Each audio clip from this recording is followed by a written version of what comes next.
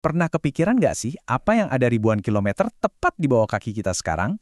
Hari ini kita bakal melakukan perjalanan yang luar biasa, langsung ke pusat bumi buat ngebongkar semua rahasianya. Iya, kita kan jalan di permukaannya tiap hari ya, tapi jauh di bawah sana ada dunia yang benar-benar lain. Bayangin deh, tekanannya luar biasa, suhunya bisa sepanas permukaan matahari. Gila kan? Oke, ayo kita selami lebih dalam. Cara paling gampang buat ngebayangin planet kita tuh, ya kayak bawang. Serius, ini analogi yang pas banget. Kita harus kupas lapis demi lapis buat ngerti isinya, dan tiap lapisan itu punya karakter yang beda-beda banget. Nah, ini dia peta perjalanan kita. Tapi yang keren, peta ini bukan dibikin dari hasil penglihatan langsung. Nggak mungkin kan? Peta ini digambar pakai getaran gempa bumi. Getaran itu merambat ke seluruh planet, dan dari pantulannya itulah kita bisa melihat strukturnya. Prinsipnya tuh kayak gema di dalam gua deh. Jadi para ilmuwan ini menganalisis gimana gelombang sismik, gelombang gempa tadi memantul atau berbelok pas ngelewatin material yang beda. Dari situlah mereka bisa memetakan tiap lapisan dengan detail yang luar biasa. Oke, perjalanan kita mulai dari tempat yang paling kita kenal ya, yaitu kerak bumi. Lapisan tipis dan padat yang ya kita sebut rumah. Walaupun kita ngerasa tanah yang kita injak ini kokoh banget, kerak bumi itu sebenarnya tipis dan rapuh banget loh kalau dibandingin sama keseluruhan planet. Ibaratnya kayak kulit apel aja, tipis. Dan di kulit tipis inilah semua kehidupan yang kita kenal ada. Satu hal penting nih, kerak bumi itu nggak seragam. Beda banget, kerak yang ada di bawah benua kita itu jauh lebih tebal tapi lebih ringan. Isinya batuan granit. Nah, kalau kerak yang jadi dasar lautan itu lebih tipis tapi lebih padat. Isinya batuan basalt. Jadi ada dua jenis utama.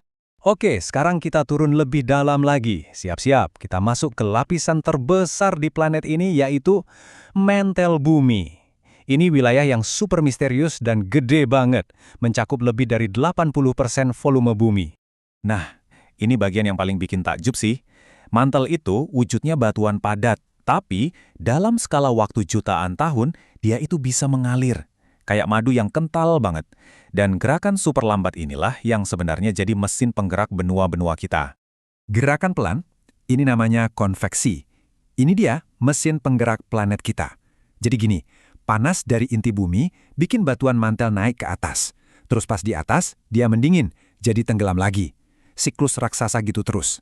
Nah, arus inilah yang dorong-dorong lempeng tektonik di permukaan, yang akhirnya bikin gempa bumi, letusan gunung berapi, dan bahkan membentuk pegunungan. Jadi bisa dibilang mantel ini kayak jembatan raksasa ya, penghubung antara dunia permukaan yang kita tinggali sama tungku api super panas di pusat planet kita. Oke, sekarang kita masuk ke bagian paling ekstrim dari perjalanan ini. Kita bakal menyelam langsung ke inti bumi. Dan ternyata, inti ini kebagi jadi dua bagian yang sangat-sangat berbeda. Bagian pertama yang kita temui adalah inti luar.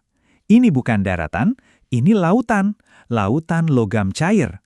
Isinya besi dan nikel yang terus berputar dengan suhu ribuan derajat Celcius.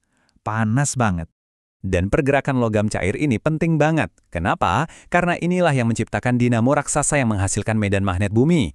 Anggap aja ini perisai tak terlihat planet kita. Tanpa perisai ini, atmosfer kita bisa habis ditiup angin matahari dan kehidupan di bumi nggak akan mungkin ada. Dan akhirnya, kita sampai di tujuan akhir, pusat dari segala pusat planet kita, inti dalam. Bentuknya bola logam padat, ukurannya kira-kira sebesar bulan, dan suhunya, wow, bisa menyaingi panasnya permukaan matahari. Tunggu dulu, ini kan aneh ya. Kalau sepanas itu harusnya kan cair dong, kok ini malah padat? Nah, ini emang kayak paradoks. Jawabannya ada di salah satu kekuatan alam yang paling dahsyat. Jawabannya, tekanan. Tekanan yang luar biasa besar. Coba bayangin, berat seluruh planet ini menekan ke bawah, ke pusatnya. Tekanannya begitu kuat, sampai-sampai atom besi dan nikel di sana nggak bisa gerak bebas buat jadi cair, meskipun suhunya super panas. Jadi mereka dipaksa terkunci dalam wujud padat. Oke, kita udah lihat lapisan-lapisannya. Tapi mungkin ada yang nanya, gimana sih ilmuwan bisa tahu persis batasnya, di mana satu lapisan berakhir dan lapisan berikutnya dimulai? Caranya adalah dengan menemukan batas-batas ini, yang istilah kerennya adalah diskontinuitas.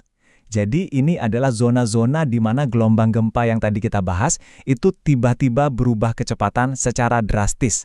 Nah, perubahan kecepatan mendadak itu jadi tanda, oke, kita udah ganti material, ganti lapisan. Dan kerennya batas-batas ini dinamai sesuai penemunya, para seismolog hebat. Ada Mohorovičić yang nemuin batas antara kerak dan mantel. Terus ada Gutenberg yang nemuin perbatasan antara mantel dan inti luar yang cair. Dan yang terakhir, Inge Lehmann. Dialah yang berhasil membuktikan kalau di paling dalam itu ada inti yang padat. Setiap penemuan ini adalah lompatan besar buat pemahaman kita tentang planet ini. Jadi, dari kerak tipis tempat kita berpijak, lanjut ke mantel yang terus bergerak, sampai ke inti yang super panas, ternyata setiap lapisan punya peran pentingnya masing-masing. Semuanya bekerja sama menjadikan bumi planet yang dinamis dan hidup. Jadi, apa aja sih yang perlu kita ingat dari perjalanan ini? Pertama, kerak bumi itu rumah kita yang tipis dan rapuh. Kedua, mantel yang bergerak itu adalah mesin penggerak lempeng tektonik. Ketiga, inti luar yang cair menciptakan perisai magnetik pelindung kita. Dan terakhir, inti dalam itu padat, bukan karena dingin, tapi karena tekanan yang luar biasa besar.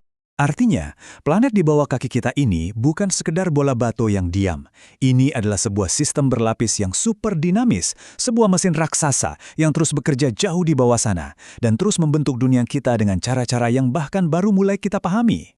Dan ini jadi pertanyaan buat para penjelajah di masa depan, kan? Memahami isi planet kita sendiri itu baru langkah pertama. Masih banyak banget rahasia di alam semesta yang menunggu untuk diungkap. Selalu ada hal baru untuk ditemukan.